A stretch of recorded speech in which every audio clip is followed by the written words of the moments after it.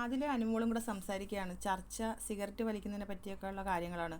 ഇപ്പോഴത്തെ കൊച്ചു പിള്ളേരോട് അവരൊക്കെ ഒന്നും പറഞ്ഞു കൊടുക്കേണ്ട കാര്യമില്ല, അവർക്ക് മനസ്സിലാവും. പിന്നെ എന്താ നമ്മൾ പറഞ്ഞു കൊടുക്കേണ്ട കാര്യമുണ്ടോ? അവർക്കറിയാലോ അവർ നന്നാവണമെന്ന് അനുമോൾ പറയുന്നു.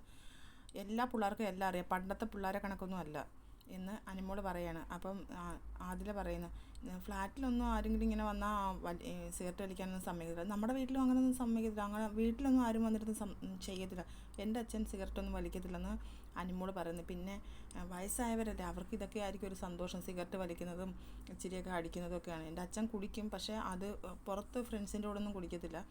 ഞാൻ എവിടെയെങ്കിലുമൊക്കെ പോകുമ്പോൾ നല്ല നല്ല സാധനങ്ങൾ, വില കൂടിയ സാധനങ്ങൾ വാങ്ങിച്ചുകൊണ്ട് വരും, ലോക്കൽ സാധനമൊന്നും അടിക്കത്തില്ല. എനിക്കതിനോടൊക്കെ ഭയങ്കര വിയോജിപ്പാണ് ആദില പറയുന്നത്. ഓക്കെ, ഇല്ലാതെ പറ്റില്ലായിരിക്കും, പക്ഷേ അതില്ലാതെ പറ്റിക്കണം. അവിടെയാണ് മനുഷ്യന്മാരുടെ, ഇങ്ങനെയുള്ള ലഹരിക്ക് മേലെയാണ് മനുഷ്യന്മാർ പോകേണ്ടത്. ഒരിക്കലും അതിന് കീഴെ മനുഷ്യർ പോകല്ലും എന്ന് ആദില പറയാണ്.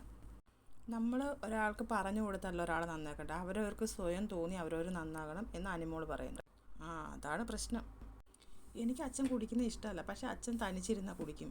അപ്പം ഞാൻ നല്ല സാധനങ്ങളൊക്കെ വാങ്ങിക്കൊടുക്കുന്നത് ഈ ഡ്യൂട്ടി ഫ്രീ ഇതില്ലേ, അതിലേന്നൊക്കെ ഞാൻ വാങ്ങിക്കൊണ്ട് കൊടുക്കും.